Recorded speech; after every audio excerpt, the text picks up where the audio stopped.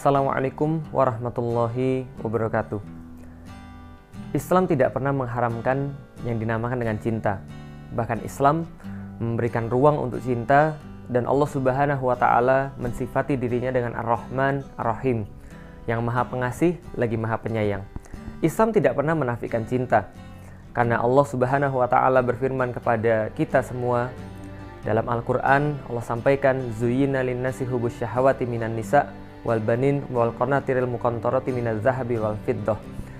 Allah menyampaikan bahwa kita memang dihiaskan, kita memang diberikan sebuah perhiasan, yaitu adalah tertariknya diri kita dengan wanita, dengan anak-anak, dengan emas, dengan perak, lalu dengan sebagainya yang dinamakan dengan mataun hayatid dunia. Jadi dinamakan dengan perhiasan-perhiasan dunia. Allah tidak pernah mengharamkan cinta, tapi Allah mengaturnya secara khas dengan baik sehingga kita dapat menyalurkannya dengan baik pula. Tapi tidak dengan zaman sekarang. Dunia seolah-olah mengarahkan cinta ini sama dengan nafsu, dan ini yang dilakukan pada saat orang merayakan Valentine Days.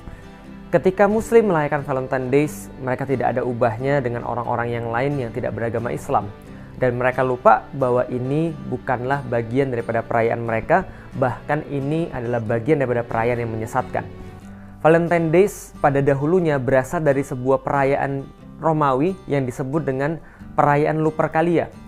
Perayaan Lupercalia ini dirayakan biasanya tanggal 13 sampai dengan tanggal 18 Februari, di mana tanggal 13 dan 14 dikhususkan bagi Dewi Kesuburan Juno Februata. Nah, ketika mereka merayakan perayaan Lupercalia ini, mereka juga merayakan selain Dewi Kesuburan juga Dewa Kesuburan, yaitu adalah Pan.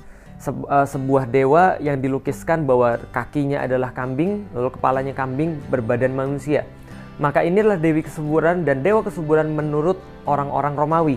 Dan bagaimana cara mereka merayakan kesuburan ini? Mereka merayakan dalam tanda kutip kesuburan itu adalah dengan cara mengumpulkan seluruh laki-laki dan perempuan, kemudian perempuan-perempuan menuliskan nama-namanya, lalu dimasukkan ke dalam gentong-gentong yang tersedia, kemudian diundi, laki-laki akan mengambil namanya, kemudian membacanya, lalu mendapatkan nama siapa, maka akan menemani yang nama yang akan didapatkan itu selama 1 malam.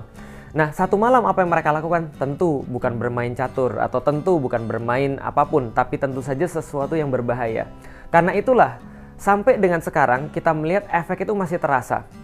Ketika tahun 496, ketika Romawi mengambil agama Kristen sebagai agama negara, pada tahun 496 Paus Gelasius tidak bisa menahan perayaan Lupercalia yang sudah biasa dirayakan oleh orang-orang Romawi, maka dia meresmikan menjadi perayaan gereja.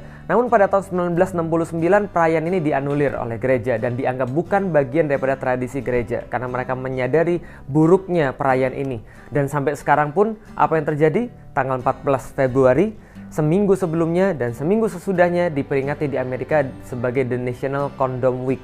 Jadi pekan kondom nasional.